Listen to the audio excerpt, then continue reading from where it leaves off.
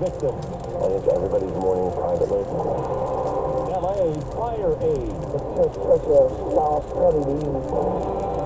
Good morning. I'm Steve Kathan with the CBS World News Roundup. Investigators now have the black boxes as they look into the worst American air disaster in more than 2 decades. The collision of an American Airlines jet and a military helicopter. 40 of the 67 bodies have been recovered so far. Here's CBS's Chris Van Cleve. Nearly 50 National Transportation Safety Board investigators will be combing the Potomac River for evidence. We have data. We have substantial amounts of information. We need to take our time to make sure it is accurate. Key pieces of that data should come from the plane's 2 black boxes now being analyzed at a nearby NTSB lab. They are a critical part of almost any investigation that tells about communications that we may not know about. Preliminary flight data indicates at the time of the crash, both aircraft appear to be flying at about 400 feet. Military helicopters are supposed to stay below 200 in that area.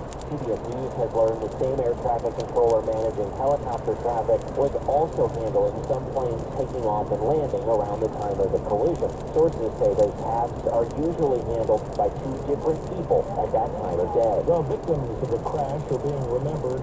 CBS's Tom Hansen is in Ashburn, Virginia. An outpouring of emotion as the figure skating community grieves the loss of some of their rising stars. With news aboard, General Manager of the Ashburn Ice House, Rob Lorenzen, arrived to his Northern Virginia rink to find a growing makeshift memorial for the members they lost. it's a tough day.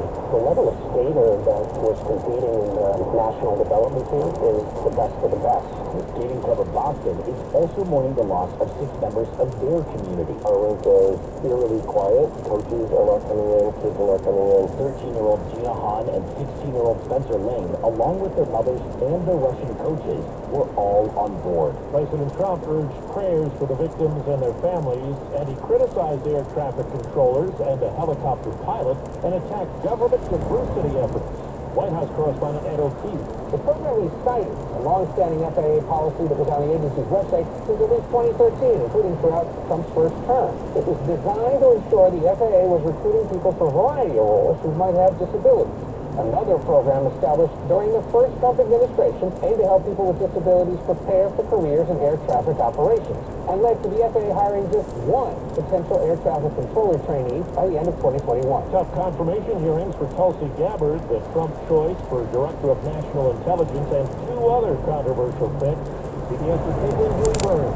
Cash Patel, in line to lead the FBI, refused to disavow Trump's self-claim he won the 2020 election. What's so hard about just saying Biden's won? President Biden was certified and sworn in. But Patel broke with Trump over his broad pardon for people convicted of attacking police officers on January 6th. I do not agree to the commutation of any sentence of any individual who committed violence against law enforcement. In a nearby hearing room, some of the toughest questions for Trump's nominee to lead national intelligence came from Republicans. Have you ever knowingly met with any members, leaders, or affiliates of Hezbollah?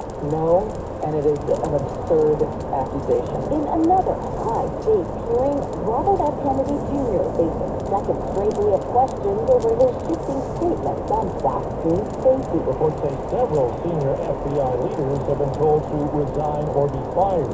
4 minutes after the hour. Well, that's today's news. I didn't hear any good news, did you?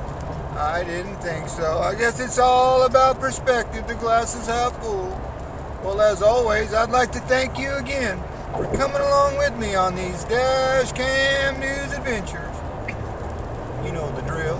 Peace, love, and all that hippie jazz. Bye-bye, everybody. It's 45 degrees in Oakland, California.